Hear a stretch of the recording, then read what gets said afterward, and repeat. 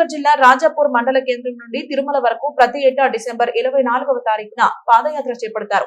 ముందుగా ఈ కార్యక్రమాన్ని మండల కేంద్రంలోని ఆంజనేయ స్వామి, బంగారు మైసమ్మ ప్రత్యేక పూజ నిర్వహించి పాదయాత్ర ప్రారంభించారు. రాజాపూర్ మండల కేంద్రానికి చెందిన కావలి రామకృష్ణ అధ్యక్షతన రాజాపూర్ నుండి తిరుమల వరకు ఓం నమో వెంకటేశాయ నామజపంతో మహా పాదయాత్ర చేపట్టారు. ఈ పాదయాత్రలో భాగంగా 20 పైగా మంది యువకులు పాల్గొన్నారు.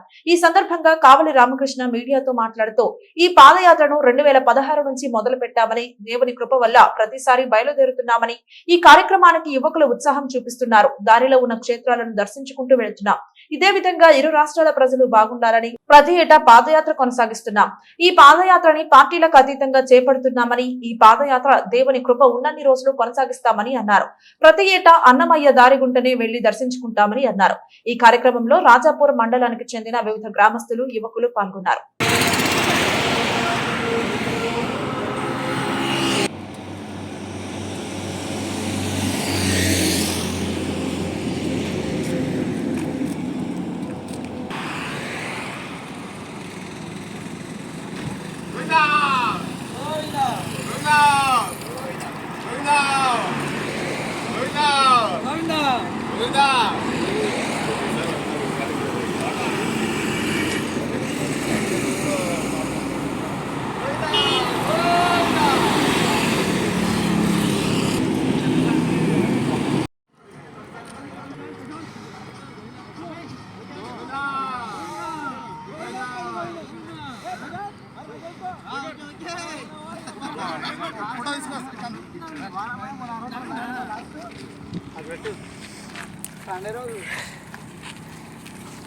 అంటే మనకి లేదు.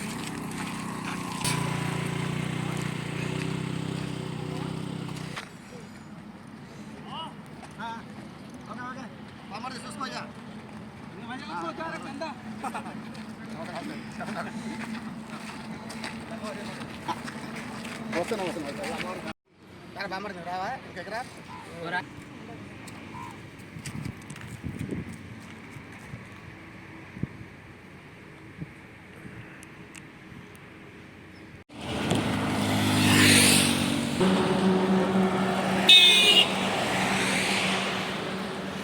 గోవిందా గోవిందా గోవిందా గోవిందా గోవిందా.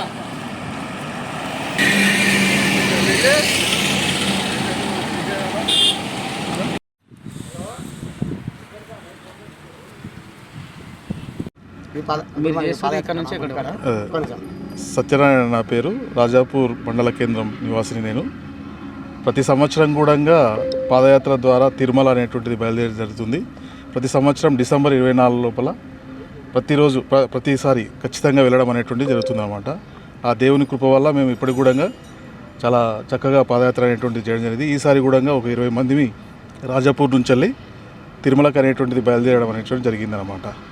ఇది 6వసారి పాదయాత్ర అనేటువంటి జరుగుతుంది. నేను ఇందులో 4వసారి పాల్గొనడం అనేది జరుగుతుంది.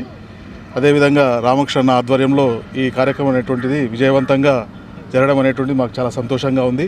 ఎటువంటి ఇబ్బందులు లేకుండా ఆ దేవుడు అదేవిధంగా ఈ మైసమ్మ తల్లి మమ్మల్ని కాపాడాలని మేము మనస్ఫూర్తిగా ప్రార్థిస్తున్నాం. ఏడుకొండల వెంకటరమణ గోవిందా గోవిందా. రాజాపూర్ మండలికి వెళ్ళి ప్రతి ఏటా డిసెంబర్ 24 నాడు రాజాపూర్ మండల కేంద్రం నుంచి తిరుమల తిరుపతి పాదయాత్ర ప్రతి సంవత్సరం బయలుదేరుతున్నాము. 2016 నుంచి స్టార్ట్ చేసినాము.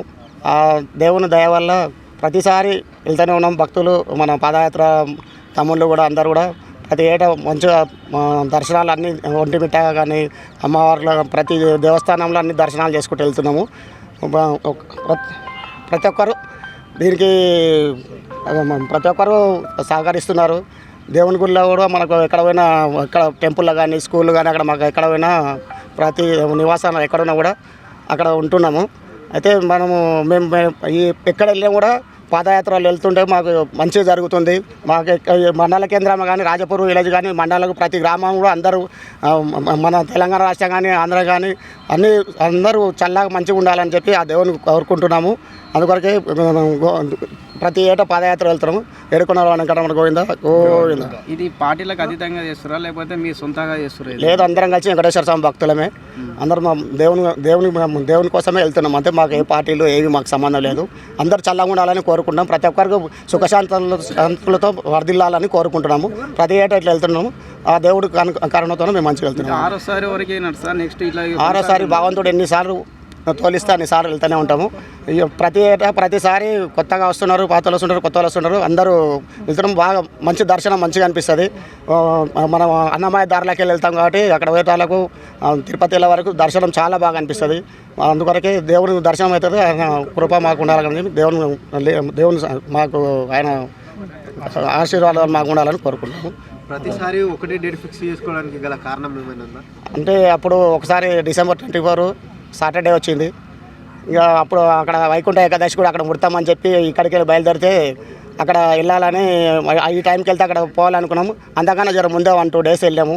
ప్రతి ఏటా వెళ్ళాము. ఈసారి కొద్దిగా లేట్ అయింది. వైకుంఠ ఏకాదశి ముందర ఈ రోజు నుంచి నిన్నటి నుంచి స్టార్ట్ అయింది. అక్కడ వరకు వెళ్తాము. మాకు ఎప్పుడైనా అక్కడ వెంకటేశ్వర స్వామి కాబట్టి ఎప్పుడు దర్శనం చేసుకుని ఆ భగవంతుని లీలలు మాకు ఉండాలి. ప్రతి ఒక్కరు దేవుని చల్లగా చూడాలని కోరుకుంటున్నాము.